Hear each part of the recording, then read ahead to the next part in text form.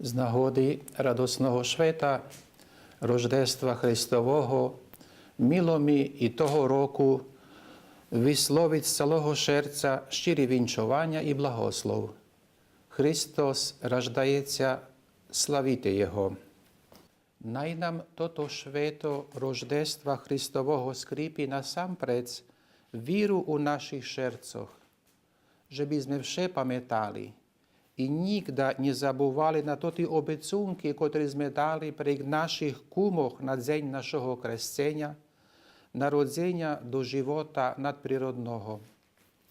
Тоді ми обіцяли вірність Богу і своїй святій церкві. На такий спосіб ми зобов'язали на вірність своєму обряду і своїм традиціям.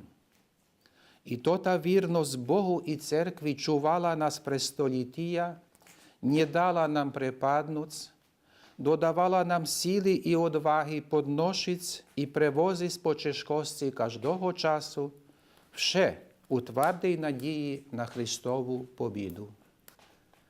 Моє жадання, щоб ми всі у обновенім духу припровадили свята Рождества Христового у правій радості діток Божих, а новий рок найпринесе сповнення наших жаданнях і наших наздаваннях.